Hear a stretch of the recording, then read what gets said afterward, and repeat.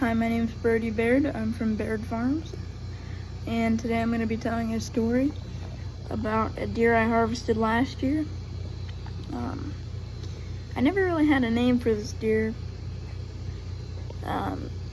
but it's a good story. It's a good story. So this story starts out July 2023. Not 23, 20. July 23rd, 2025, at one of my locations on the farm that has been here since we bought the place. We call it the honey hole, and we use minerals in the summertime.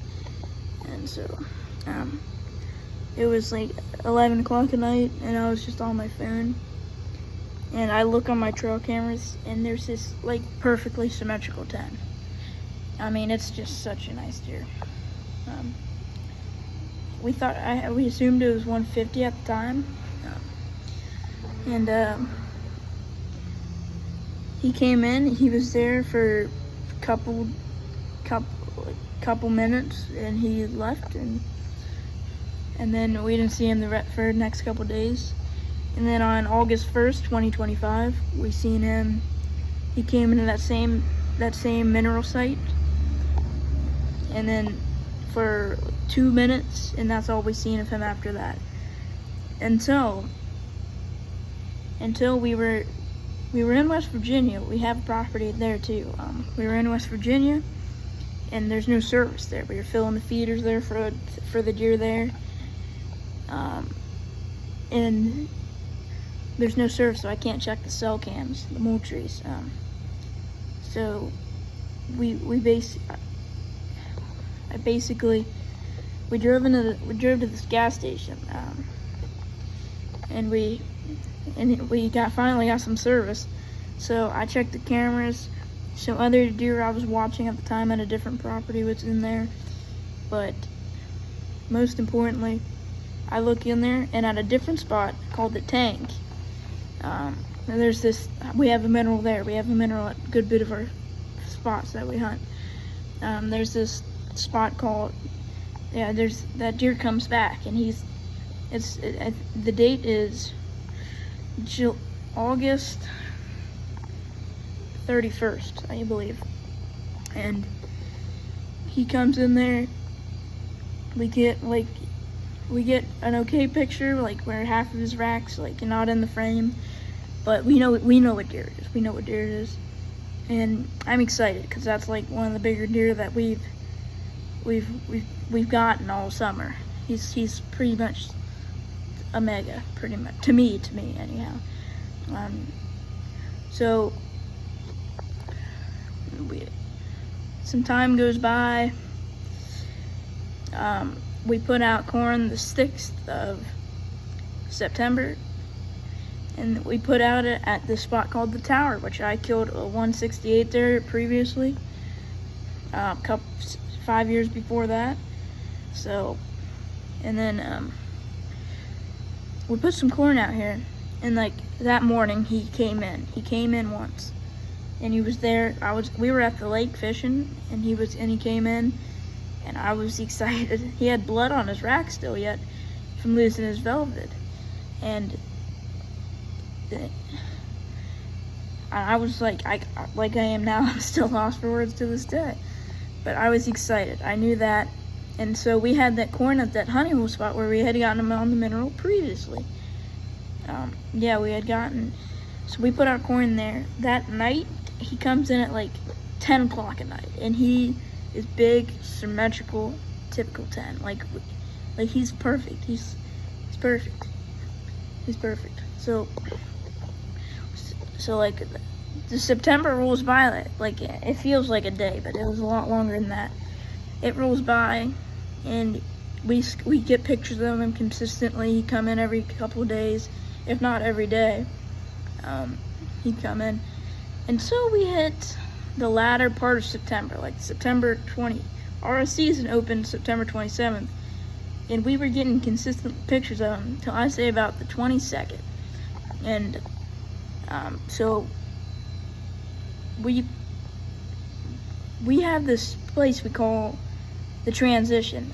There's a spot where we have a road that turns around this bend where trees, beans, and corn all connect with a hayfield. And we have this camera there. We got this camera there. We put it out, I don't know, maybe a couple days. We put it out, and we just, within a couple of days, we're getting pictures of this deer. Now at the other spot, the honey hole, we're getting less pictures, like he's not coming in as much anymore. And at that tower spot, he never came in. He came in one more time, like on the 13th or something. And we don't get any more pictures there. But the pictures at the honey hole are starting to get less and less. So we're getting pictures of him down in what we call the bottoms, where that transition is. We're getting pictures of him, and he's coming in, like not in daylight, but at night. So I don't know how to explain this. So we just keep getting pictures of them. So eventually it comes time, like we're thinking about moving the camera so we can get some daylights of them, so we can get them coming in. So we go to this place, historically that's been great. We call it the Yard Shed. My dad shot a 170-inch 8-point out of there a couple years ago, and we never killed anything after that. So we put corn out there October 1st, I believe. And October 2nd, he came in. And then all of a sudden, gone. We don't see this, he came in one time. We don't see this deer till we think he got hit by a car, EHD got him, something happened, we thought. So a week goes by, we pretty much count him out. So I start hunting this deer called the Traveling 10. I named him that because when he was a wide 3-year-old, 120-inch deer maybe, and I don't know, he had blown up into like a 150, like 25 inches wide, which my dad ended up harvesting later in the year. So I'm hunting this deer in this place I call Rusty's Corner, because that's the neighbor's name. So Rusty's Corner, I'm hunting the spot, slow ground blind. I'm hunting these 2 scrapes, and I'm hunting this corn, the little bit of corn I have out. So it's October 20th. Like, that's how much time's gone by. October 20th. And he's coming in, but he's not like, he was on like a 3-day pattern. He wasn't coming in. And then he didn't come in after that because wind was wrong, couldn't hunt it. So I'm trying to make up for lost time, and all of a sudden it's October 20th. My dad, he's going on shutdown for the steel mill. He's a bricklayer. He's going on shutdown. So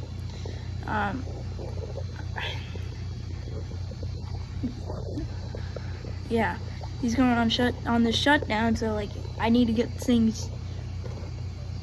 Like, what I'm saying is I'm gonna get this next week to hunt by myself, like where everything's just me, like I can hunt any spot I want. So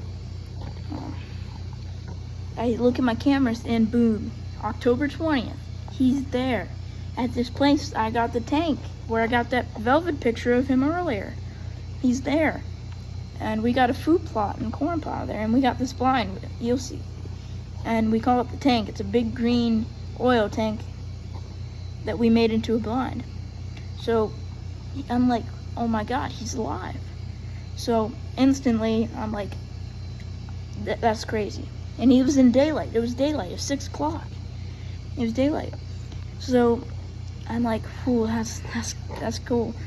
Anyways, so I go home, go to bed. And I wake up to go to school. I'm going to school, and I'm going through like 2 of my classes, and all of a sudden I'm looking at like 9 a.m. This deer's in there. He's in there, and my dad's working these night shifts, So he knows that, he's seen it.